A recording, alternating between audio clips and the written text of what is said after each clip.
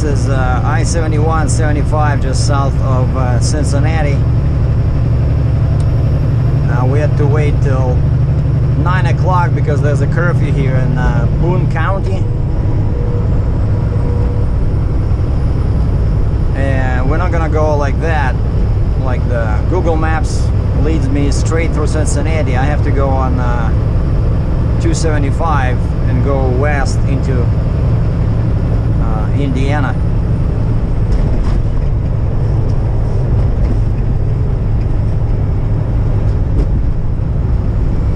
Basically bypass around Cincinnati, and then we're going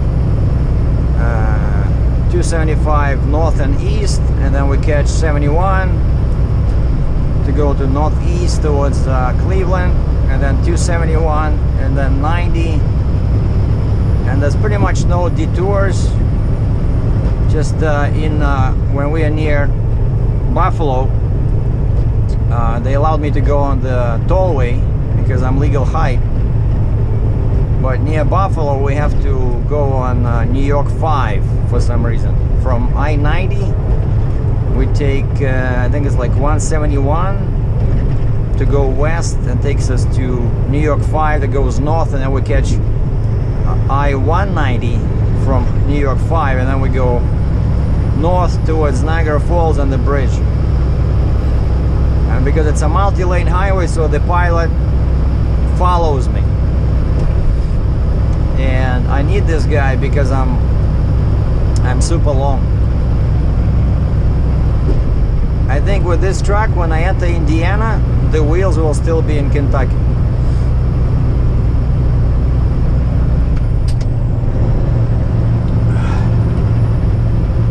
And Bill, if something big falls off, let me know, okay? Yeah, I don't need to know about small stuff, but something big, you know, then we have to stop and pick it up. You expected something to fall off? No, not really.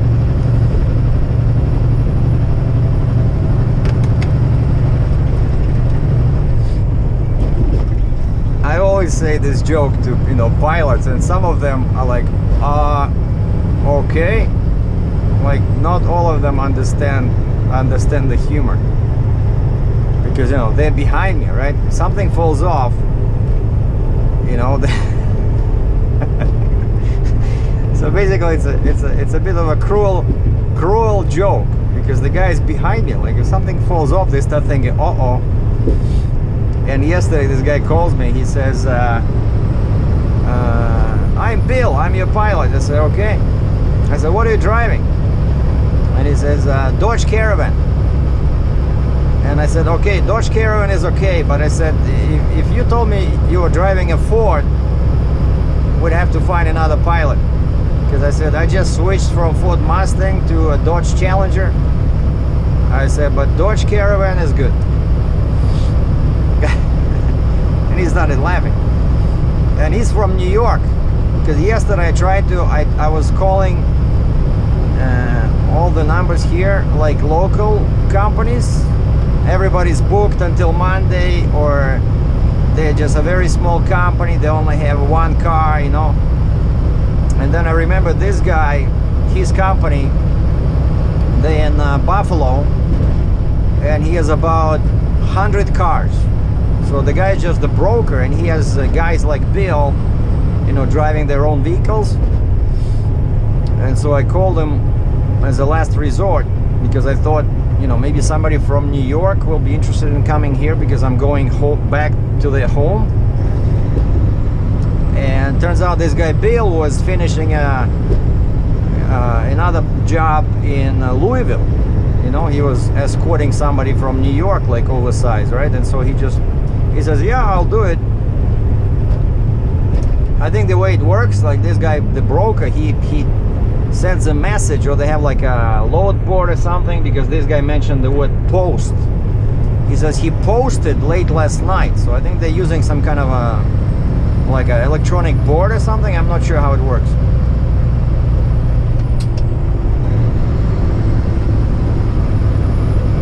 Maybe we should ask him.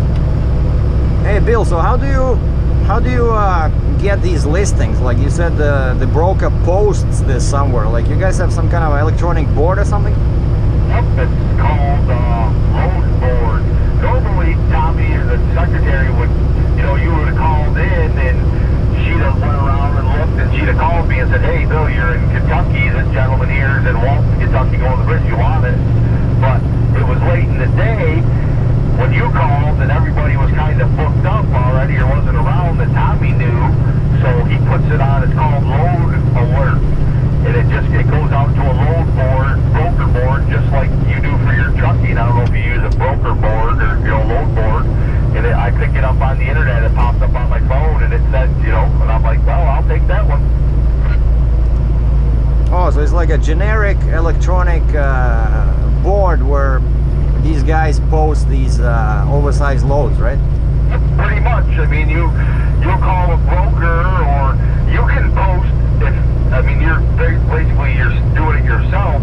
If you need a pilot car and you call brokers and nobody's got anything available for you, I think you can get on these, you yourself can get on these boards and post on there for your company looking for a pilot car too, Oh, that would be cool. It would be great. Yeah, if you could maybe text me the website, then maybe I can see, because yeah, sometimes it's very difficult. I have one day to get a pilot, and sometimes everybody's busy.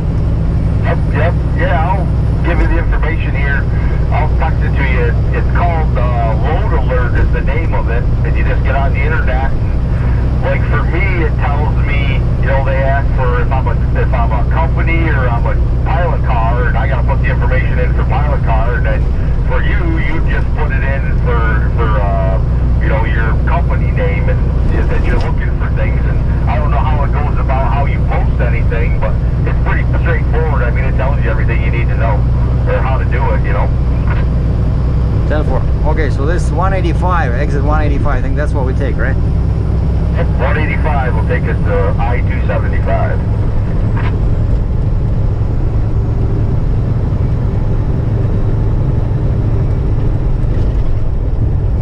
I think I gotta be in the curb lane here, right? I got it, but we got a string of them coming up the ramp here. Yeah, I'll wait till these guys merge, if you can call it that. All right.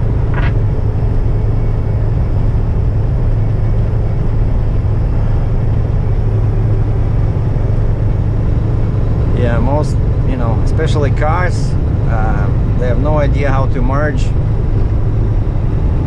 They either drive too slow or they stop, Paid over, you got it.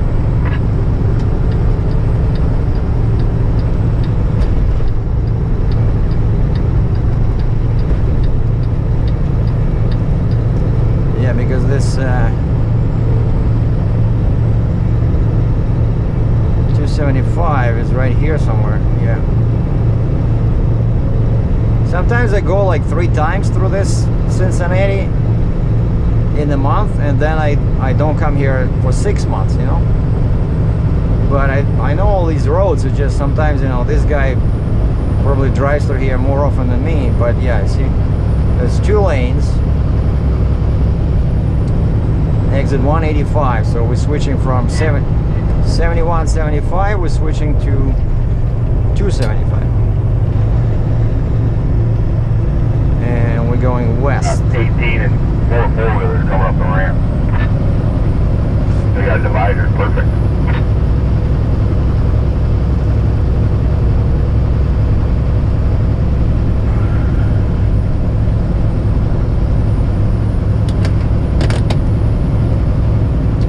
All right, west, east. I think we gotta be here. Clear, bring it over.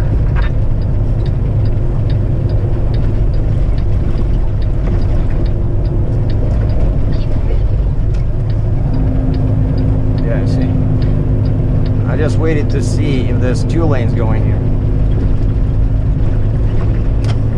Continue on I-275 east for 1.5 kilometers.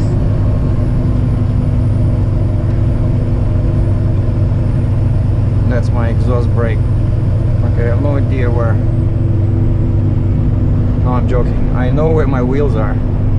That's why I'm keeping my right front tire pretty much on the white line.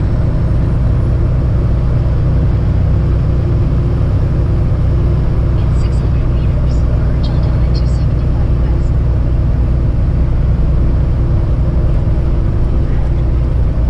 Alright, so what lane do we have to be in here? This one? Yeah, bring her out.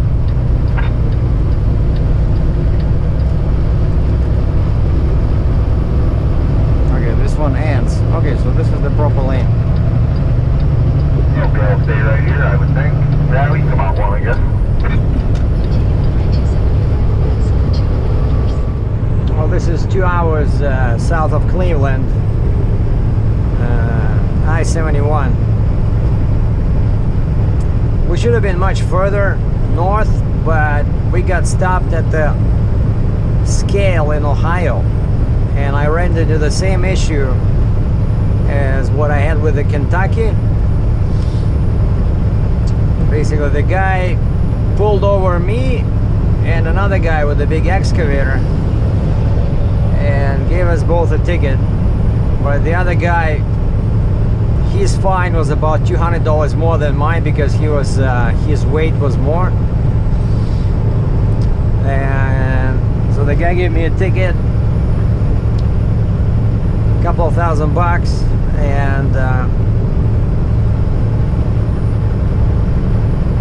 the expression is pull the permit. So he pulled my permit and escorted me to a parking at the next exit. This was I-71 near Dayton, like east of Dayton. And he pulled us over, me and the escort, and we go there, and that previous guy, I thought he let him go, but the guy with the excavator was already there in that gravel lot, big lot next to a pilot. I think the town was called North Wilmington. It's US 68 and I-71. It turns out right behind the pilot there's a huge gravel parking lot. I think it's used for some kind of a convention center next door. And this guy just parked us there, and he says basically, get your permit and then you're free to go. Like, you know, it wasn't giving me any hard time or anything, but it's because of this machine that I couldn't move forward anymore, you know. And I tried to explain to him, but he says, yeah, it happens. So basically, it's nobody's fault. Here's your ticket. But very nice guy, very polite. Thank you, Ohio DOT, for being professional. But yeah, stuff happens, so what do you do? So, but I got the ticket pretty much because of the trailer, right? And so I called the broker. I said, it's your trailer. I didn't get a ticket because of my truck. I got a ticket because of your load. So can you help me out with the fine? You know, and he says he'll talk to his customer, see what they can do. Oh yeah, one more issue arose. Even before we were stopped, I knew that we would not make it to the bridge because, you know, it was like, if we ran non-stop for 8 hours and the sunset is at 7:30, we still would not make it, right? And then this guy stopped us, the cop stopped us in Ohio, and we lost about 2 hours. And now it's 4, so I have 3.5 hours until sunset.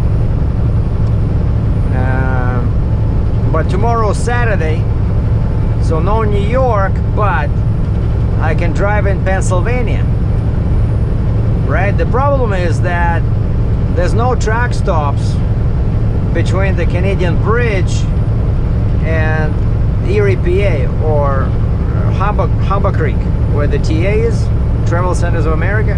Like, there is one in Cheektowaga, Jim's Truck Plaza, but it's off route and it's very dirty, it's very small, so I cannot go there. It's not on my permit, right?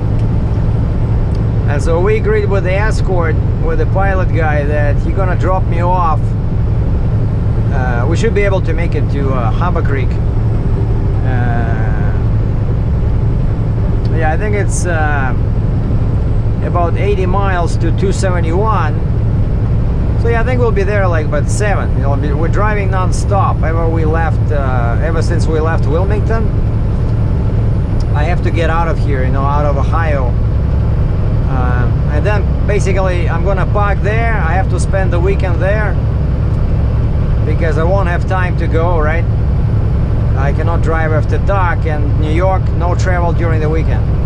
For me, for this particular long load. And so I'm gonna wait for this guy. He lives near Buffalo, the same pilot, and he's gonna come back Monday morning and take me to the bridge. And the broker was a bit upset, and I said, well, you know, stuff happens, right? But I will still be able to deliver Monday, I'm pretty sure, as long as there's no screw-ups with the customs paperwork, because I'll be at the bridge probably around 10 o'clock in the morning, and then from there it's only 3-4 hours to Oshawa, where I'm going, just east of Toronto. So not a very good day today because of this big ticket, but it could have been worse. And so yeah, we waited, and I got a new permit. And as we were going towards the freeway, I thought that guy would still be sitting there in an ambush or something, but we didn't see any cops.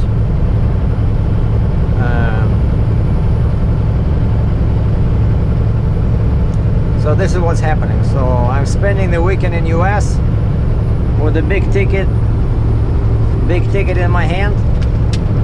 Very nice.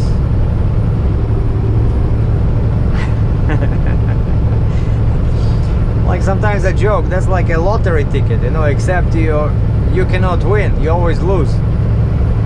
You buy a ticket, right, but there's the chance to win is 0. Well, unless you decide to go to court and fight it, but how can I fight? You know, I agree that, yeah, it's over, there's nothing I can do, but that's how they designed this machine. Like, this is the only truck I have, right? Anyway, and that's the danger of heavy haul, and why you cannot do this stuff for $3 a mile. Okay, there's permits, escorts, you have to go into every open station. The chance of getting a ticket is very high when you have an oversized load, and so you have to be compensated for that. Like most brokers just look at oversized loads, and what they do is they take the regular rate and then they add the cost of permits. You know, why do you want this much when the permits are, let's say, $200? But that's why, because the chance of me getting a ticket is like up 300%, right? Because I have this load, and there's a lot of enforcement, you know. And some guy was asking me about, you know, asking me to tell him the rate, how much this load pays. That's the wrong question. And what you should know is that, what expenses do you have with loads like this? And expenses are just quick 2 things before you guys fall asleep. So I paid probably around $2,000, $2,500 for permits, US dollars, right? And then I had 2 escorts, $350 US in Oklahoma, almost $400 in Tennessee, and now this guy is charging me $1.55 US per mile on 500 miles. And then of course I have truck payment, trailer payment, insurance, fuel, and then there'll be about 120, 140 Canadian at the bridge. But what they do, they give me an invoice, and then I can send them a check. And now there's the ticket. I'm still making a profit on this run because the rate was pretty good, but I asked the broker to kind of like help me out with the fine, because it's, you know, it's a lot of money. And he promised he'll look into it, but I'm not overly optimistic, right? So he doesn't have to. So we'll see what's going on. So we're gonna We're gonna pause this blockbuster over here on I-71 in Ohio, and we'll pick up from Harbor Creek, PA on Monday.